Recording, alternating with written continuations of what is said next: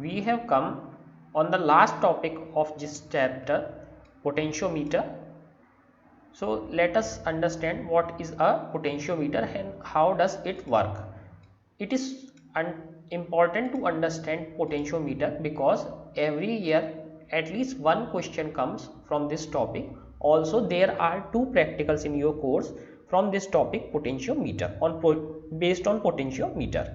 So first of all, this is a versatile instrument, that means it has many uses. It is basically a long piece of uniform wire. So let me show you the potentiometer diagram.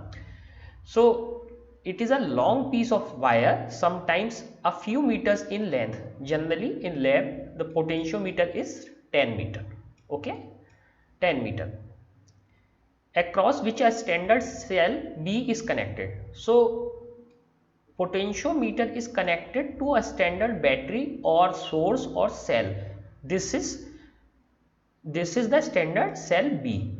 Remember the difference, that this standard cell is just to provide power to this potentiometer, not for measuring the other EMFs. So this is a standard cell, this is for power of potentiometer. This is to provide power to the potentiometer. Okay. So this is connected to a standard cell. Now in actual design, wire is sometimes cut in several places side by side and connected at the ends by thick metal strip. So here you can see that wire is 10 meter long, but it is not 10 meter in a single line because that will be unable to fit in a room. 10 meter wire means 30 feet, so many times it will not be able to fit in a single room. So what they do, they coil this wire like this. Okay, coil this wire like this. So generally there are 10 loops of 1 meter each, 10 times 1 meter each. So in that way a single wire of 10 meter can be fitted inside a length of 1 meter only. So now here you can see, now these are connected by thick metal strips. These are connected at the ends by thick metal strips. Why thick metal strips? Because thick metal strips have very low resistance, because you know their area of cross section is quite high, that means they have very low resistance. Now this wire is uniform throughout its whole length, that means we don't choose different wire at different places. We take same wire and connected it to 10 times to form a potentiometer type of structure. So wire runs from A to C. So this is the point A. So wire runs from A to C. Let me draw this. So here you can see that wire runs from A to C. Here it is 1, 2, 3, 4, 5, 6 meter long wire here. Here it is shown 6 meter long, but in lab you will find 10 meter long wire. That means there will be 10 turns of the wire. The small vertical portion, this one are the thick metal strips connecting various sections of wire. So these are thick metal strips. Because of this we get 10 meter length, continuous 10 meter length, and the resistance of these thick metal strips is almost negligible. Now let us see how this works. A current I flows through the wire, which can be varied by a single rheostat or resistance. So when connected, leave these parts, this and this part, only see this part. So what do we have? We have a wire which is going like this. This wire is connected to a battery. This is the battery and a resistance. Okay, this resistance is variable resistance. This is the symbol of variable resistance, that means a rheostat. So by changing the rheostat we can control the current going in this wire. Here is the key just to switch on and off the circuit. So circuit is quite simple. The wire is connected to a large battery with a rheostat. Rheostat controls the current going into this wire and key is only to switch on and off. So this is quite simple circuit. So a current I flows through the wire which can be varied by simple resistance or variable resistance rheostat R. So this R rheostat controls the current flowing in this circuit or in this wire.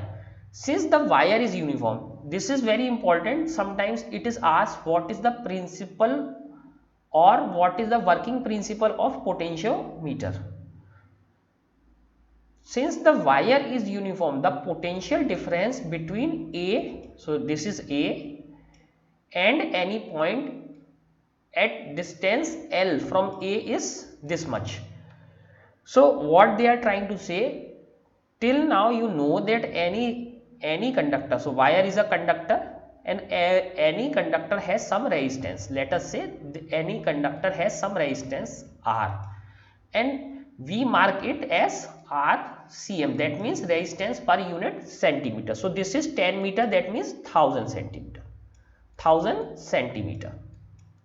This wire is 1000 centimeter. So let us understand by a simple example. Let us take this is a wire of 10 meter or 1000 centimeter. We connect this wire to a battery. Battery is 10 volt. Battery is 10 volt. So now what we see, this will become positive, this will become negative. This length is 1000 centimeter. So this can be loop, this can be straight. So this 1000 centimeter, so potential drop from here to here would be equal to 10 volt. But since the wire is uniform, potential drop equally across equal length. So that is the principle behind potentiometer. Let us understand what does that mean. So this is 1000 meter or 1000 centimeter and 10 volt potential drops across these 1000 centimeter. So now let us see how much the potential drop would be at 1 meter or 100 centimeter. So 10 volt drop at 10 meter. Okay. So 1 volt drop per 1 meter. So that means every 1 meter has 1 volt drop. So if this is 10 volt, this is 0 volt. You know that negative and positive are relative. If this is 10, this must be 0, or if this is 0, this must be minus 10. So that means if this is 10 volt, this is 0. So at 1 meter what would be the potential? Plus 9 volt. Because 1 volt is dropping at every 1 meter. The reason is the wire is uniform. So at 8 meter or 2 meter from here, plus 8 volt. Similarly, when we reached at, let us say 7 meter, what would be the potential here? 3 volt plus 3 volt. At 8 2 volt, at 9 1 volt, at 10 meter 0 volt. So what was the principle? The potential drop across the whole length will be similar and potential drop per unit length remains same. So if there is a, let us say this is 1000 centimeter. So what is the potential gradient? So we call it word the potential gradient. So potential gradient is, let me write potential gradient. Potential gradient is simply, this is represented by phi. Phi is nothing but potential drop, that means delta V upon change in length delta L, that remains same. So this is the principle behind the potentiometer. So now if we take a 5 volt battery, then what will happen? Then 5 volt drop at 10 meters. That means at every meter the potential will be dropped by half volt. Or if we use centimeter, then 5 volt drop at 1000 centimeters. So when you calculate this 1000 centimeter, so that means 0.005 volt drops at every centimeter. So if somebody asks you what is the potential at 150 centimeter,